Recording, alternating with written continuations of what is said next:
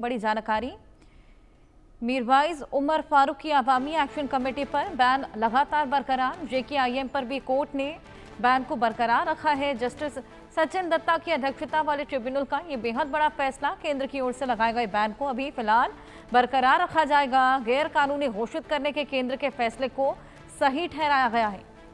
Tribunal का ये फैसला जिस पर सभी की निगाहें टिकी हुई थी, अब इसको लेकर ये फैसला सामने आया है। गैर कानूनी घोषित करने को लेकर मीरवाइज उमर फारूक की अवामी एक्शन कमेटी अभी फिलहाल JKIM पर कोर्ट ने बैन को बरकरार रखा है। इसी को लेकर और जानकारी दीजिए भावना।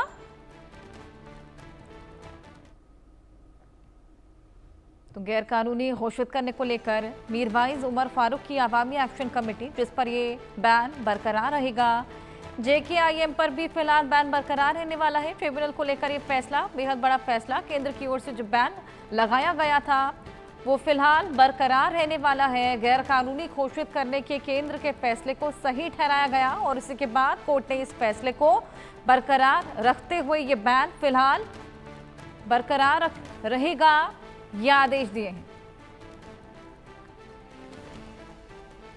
मीरवाइज उमर फारूक की अवामी एक्शन कमेटी पर यह बैन जो कि बरकरार रहने वाला है।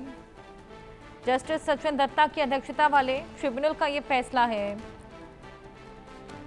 दिल्ली हाईकोर्ट के 2 न्यायाधीशों ने कश्मीर के प्रभावशाली धर्मगुरु मीरवाइज उमर फारूक की अध्यक्षता वाली अवामी एक्शन कमेटी शिया नेता मसरूर अब्बास अंसारी के नेतृत्व वाली जम्मू कश्मीर इत्तिहादुल मुस्लिमीन पर केंद्र की ओर से लगाए गए बैन को बरकरार रखा है। आइए इसको लेकर और जानकारी लेते हैं। भावना हमारी सहयोगी हमारे साथ जुड़ गई है। भावना, ये बैन बरकरार रहने वाला है और जानकारी दीजिए इसको लेकर।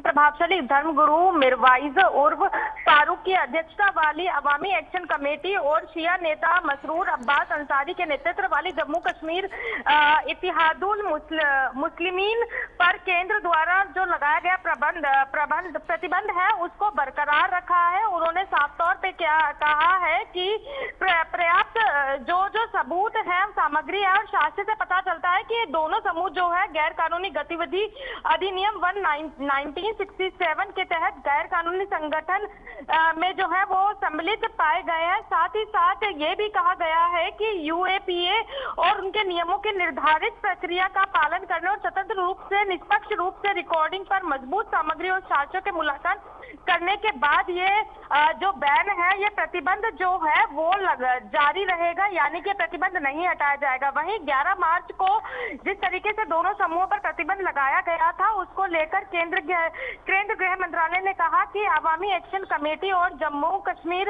इत्तिहादुल मुस्लिम गैर कानूनी गतिविधियों में लिप्त है जो कि देश की अखंडता, प्रभुत्व और सुरक्षा के लिए हानिकारक है। इसलिए जो है यह प्रतिबंध जो है वो लगा रहेगा। उनका कहना है कि दोनों समूह के नेता और सदस्य जम्मू कश्मीर के अलगाववादी, पृथकवादी और आतंकवादी गतिविधियों को समर्थन करने सहित गैर कानूनी गतिविधियों को अंजाम देने को लेकर धन जुटाने में भी शामिल रहे हैं। तो तमाम जिस तरीके के आरोप लगाए गए हैं उनके साक्ष्य, उनके जो सबूत है वो कहीं ना कहीं सब चीजों को देखते हुए जो है यह प्रतिबंध जो है वो बरकरार रहेगा।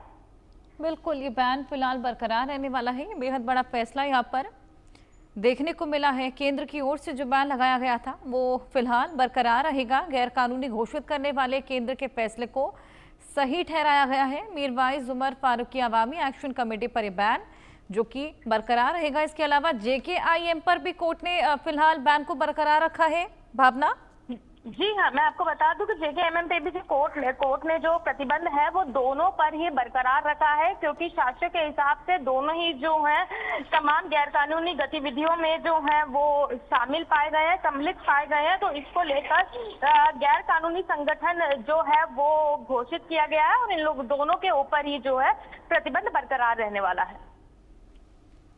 बिल्कुल, जिस तरीके से आपने बताया दोनों ही हैं जिन पर ये बैन बरकरार रहेगा। मीरवाइज उमर फारूक की अवामी एक्शन कमेटी क्यों ना हो या फिर JKIM क्यों ना हो, कोर्ट ने दोनों पर ही फिलहाल बैन को बरकरार रखा है। जस्टिस सचिन दत्ता की अध्यक्षता वाले ट्रिब्यूनल का ये बेहद बड़ा फैसला निकलकर सामने आया है। बहुत शुक्रिया भावना तमाम जानकारियों के लिए।